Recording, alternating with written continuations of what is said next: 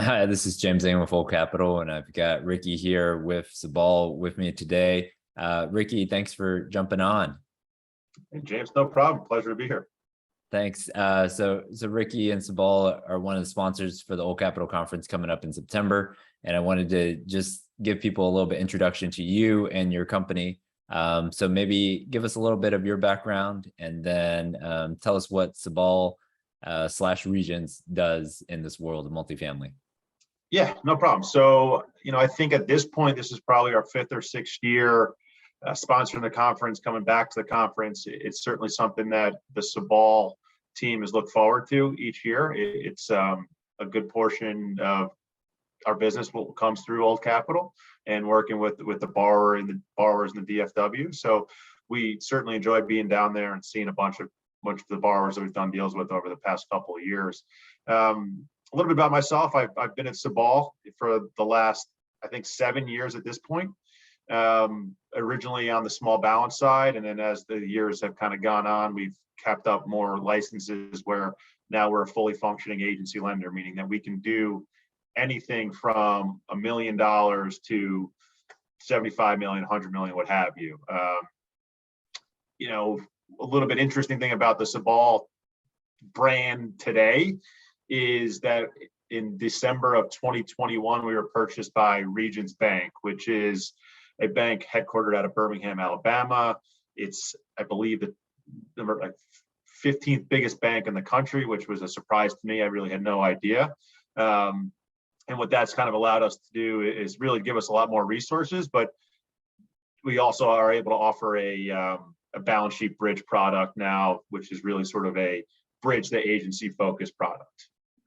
All right. So you guys, we've done a lot of business with you guys. So you guys have sort of a lot of the Fannie licenses, Freddie licenses.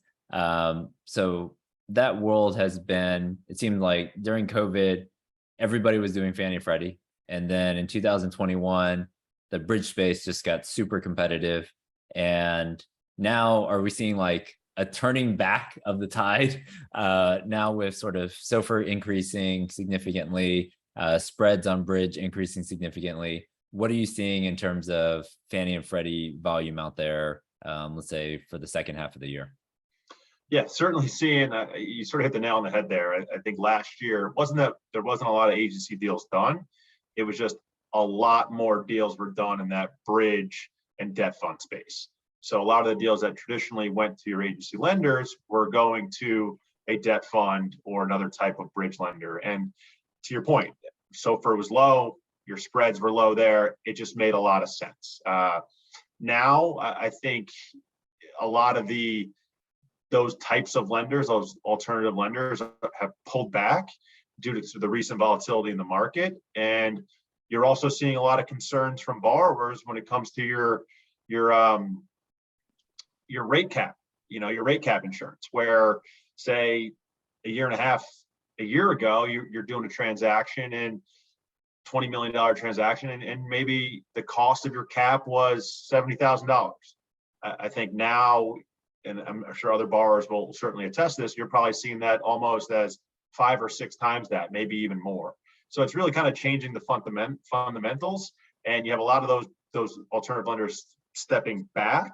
And the nice thing about the agency world is that we're always going to be there. Now, there may be times where our pricing is high or our pricing is low, but we're always going to be there and be an option. And this is kind of case in point. A lot of the other alternative lenders have stepped back. Now we're here. And I think early on in this year of 2022, there was a dynamic where the big increase in rates and run on treasuries, the cap rates on sales weren't quite responding to that. There's still a gap between what your debt can support and what the purchase actually is. So I think it took a while for buyers and sellers to kind of meet on that bid ask. And we're seeing a lot more transactions today, as we're talking, this is late July, we're seeing a lot more transactions today that are in position where it's transactable. We're not sending out a quote at 48% LTV. we're getting back more into that 65-70% where that conversation is starting to happen. The gears are turning for not only the buyer, but also for the seller. So I think you're seeing pricing kind of come back down a little bit. And I also think at the end of the day, you're seeing a situation where I think the Treasury is starting to stabilize.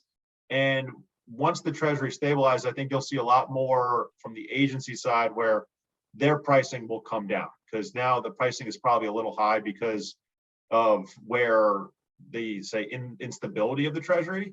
But once it stabilizes, when we'll get a real good understanding on where we'll be for the next, say, 6 to 8 months. We always think we know when it's going to stabilize, but something always seems to change out there in the market. So I think right now the tide is definitely shifting more towards Fannie and Freddie business, just because if a bridge loan is 65%, but your rate is 7% starting, and you got to buy an interest rate cap, and Fannie Mae, Freddie Mac is close to 60%, you're not that far off, right? And if you're 475 to 5 on a fixed rate for 7 to 10 years, I mean, you're in a pretty good spot. And I'm almost seeing general partners promote that in their equity pitches that, hey, we got a fixed rate from Fannie. We don't, whereas before everybody was sort of on the bridge train. So, James, it's interesting that you say that too, right? Because last year, SOFR was at 0.05. Today, as we sit, it's 225. So everyone that had their deal at, okay, I'm 190 over SOFR, now where has that gone on there? How's that affected their monthly cash flow? So I certainly understand that the importance of stressing a fixed rate loan today over the next 7 to 10 years. Right. And I mean, Fannie and Freddie, like a lot of people are saying, look, I paid a lot in yield maintenance penalty on these fixed rate loans. And so a lot of people are going to maybe a 10-year, 7-year yield maintenance or a 10 step down. But on these Fannie and Freddie loans, pretty much when we sign them up, people are asking, so when can we lock now?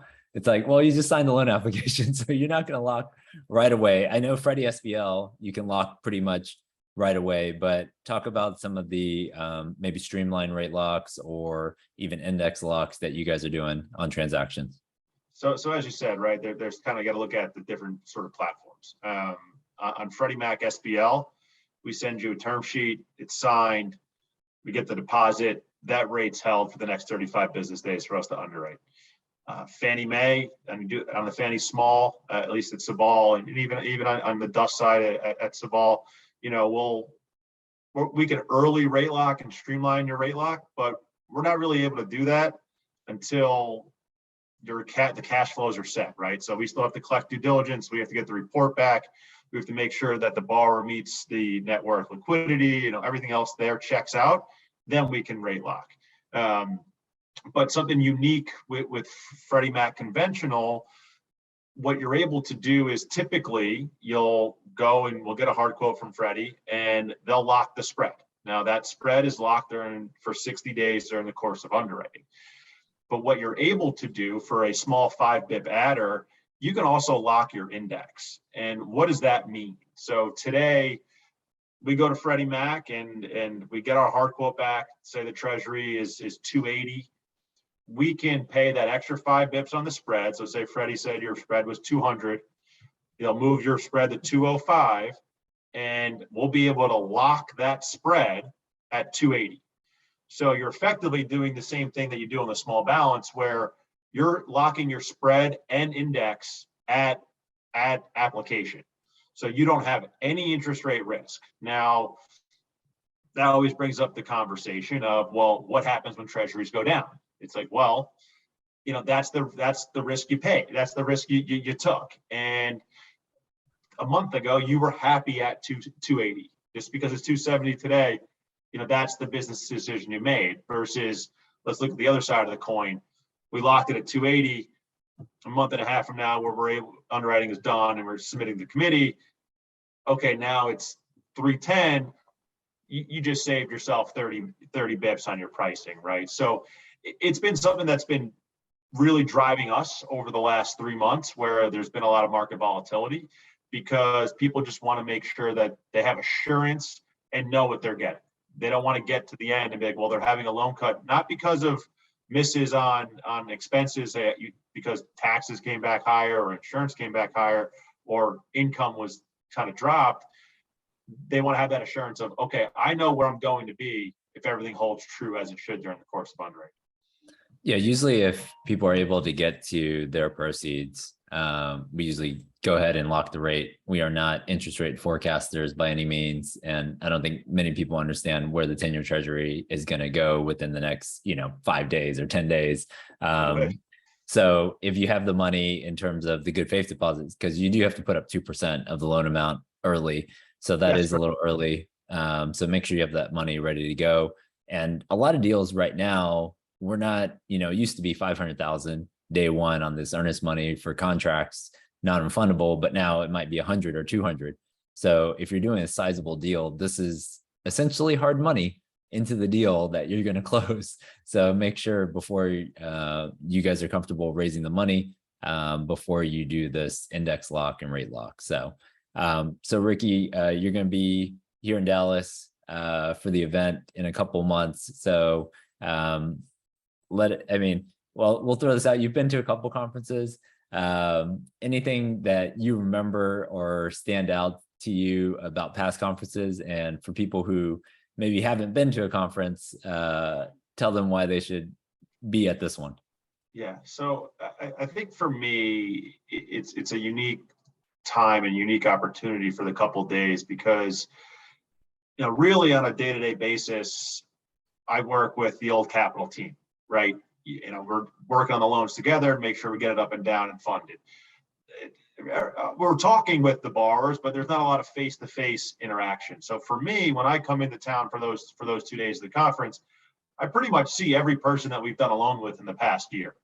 And there's people you want to see who you're trying to meet for the first time, but there's also plenty of other borrowers that you're starting to have conversation. You're like, oh, we did that loan for you over in Garland. And to me, I think that's great because not only am I meeting them, but they're also getting a chance to meet me rather than just my emails coming through on, hey, here's your commitment, right?